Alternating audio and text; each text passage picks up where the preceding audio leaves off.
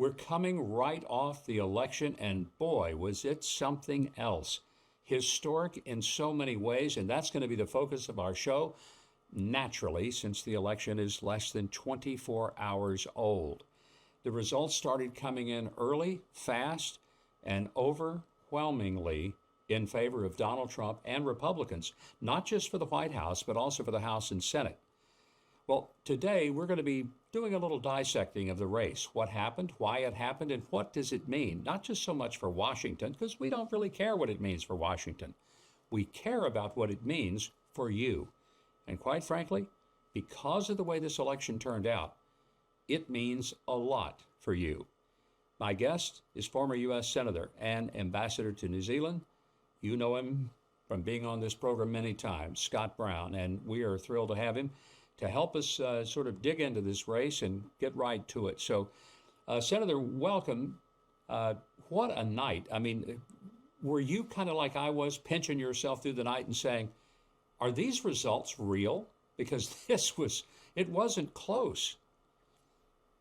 Well, first of all, Governor, I want to say God bless you and thank you so much for all of your individual personal efforts, because it mattered. Getting the people of faith out mattered. They finally, I think, recognized that their votes really matter.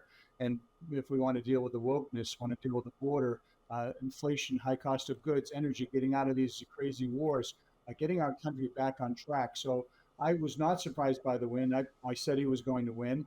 I did not think it would be the popular vote as well, so I was wrong there.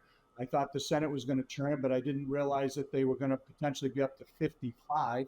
I thought the House would stay, but it looks like they're going to get a few extras as well. And I think it was a very, very clear message. And it's interesting, I've listened to and see them all dressed in black, but I listened to the other stations, and they're blaming on uneducated white women. That's who they're blaming. Instead of looking in the mirror and saying, you know, what did we do wrong? It's not what the uneducated women, of which my mom was one, and J.D. Vance's mom was one. Insulting those women isn't a way to start out the concession speech, for sure. You know, the economy is uncertain. You never know whether your money's worth as much today as it was yesterday. It's one of the reasons I buy gold from American Hartford Gold. American Hartford Gold has earned a 5-star rating and an A+ from the Better Business Bureau. Be sure to tell them Mike Huckabee sent you. They'll give you up to $15,000 of free silver on your first qualifying order. Call 844-417-1010 or text Mike to 998899. You'll be glad you did business with American Hartford Gold.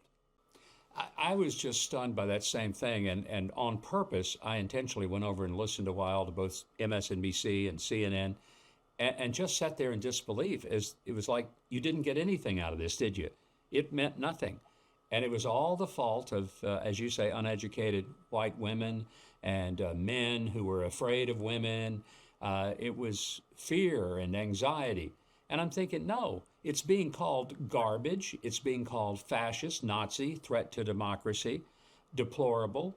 When you keep calling people who have a point of view the enemy of the country, and you say they're even un-American, which is what Kathy Hochul, the governor of New York, said about all the Trump supporters. You add all that up, and there's a lot of people that just says, you know what? You elitist snobs look down your big fancy nose at us, but the truth is, you don't like us, you don't know us, and you just think you're better than us. Well, we'll vote you out of office. Bye-bye. That's, to me, what happened, but it was also an affirmation that they did not believe the media. No matter how many lies the media told about Donald Trump saying something nasty about the military or Donald Trump saying something nice about white supremacists, both of which were not true, but they kept repeating it. And I feel like they'd self-destructed. So it just, for me, it was a wonderful evening of watching these returns. And I started thinking, but I didn't want to believe it, but about a week ago, I started thinking, I think he could really run the tables and have a significant electoral college victory. I actually said that on a radio interview I did. And I said, I think he could win the popular vote.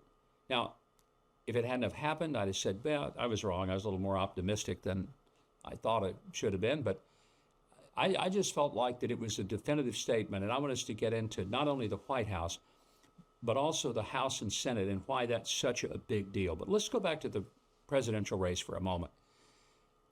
I don't think anybody thought Donald Trump would win Georgia, North Carolina, also pick up places like Nevada, Arizona, but then sweep the blue wall, the Wisconsin, Michigan, and Pennsylvania vote. That's a huge, huge thing. Republican hadn't won Michigan since 1988. So we're talking about a historic election. Of all the things that happened, all those states, was there one that kind of stood out for you as, oh my gosh, he won this? Well, I thought he was going to win Georgia, North Carolina, and Pennsylvania. I did. The other ones I agree with you. I was, oh, okay, we're in this. And what you've noticed all around the board is she was basically underperforming. He was overperforming. But more importantly, I think the key to all of this is the fact that we, as Republicans, finally listened, and we actually do what the Democrats did. We got out and voted early. And it's nothing to be scared about. It, quite frankly, it freed up a lot of people to do other things. And it enabled the Trump team to take those assets and put them in those additional states because they didn't have to chase the other voters. So I was a little bit surprised in looking at the cities, New York City, Chicago, and also college educated, young men, how close it was. And if you look at New Jersey, 5 points? That could be the next state to start to go red. Who knows? Yeah, I was also struck that the strongholds for Democrats, where they usually win by 12 to 15 points, they were winning by 3 to 5. And I thought that was an incredibly significant state. Scott, I think it's pretty apparent that there's been a complete realignment, frankly, in both parties. The Democrats have officially moved so far to the left that they have moved away from a lot of America. And under Trump, the Republicans have realigned. We're no longer the party of the elites, the Wall Street people, the hedge fund managers. We are the party of the working class. I'm thrilled to see this. It's something I've been pitching for ever since I've been in politics. And it just absolutely delights me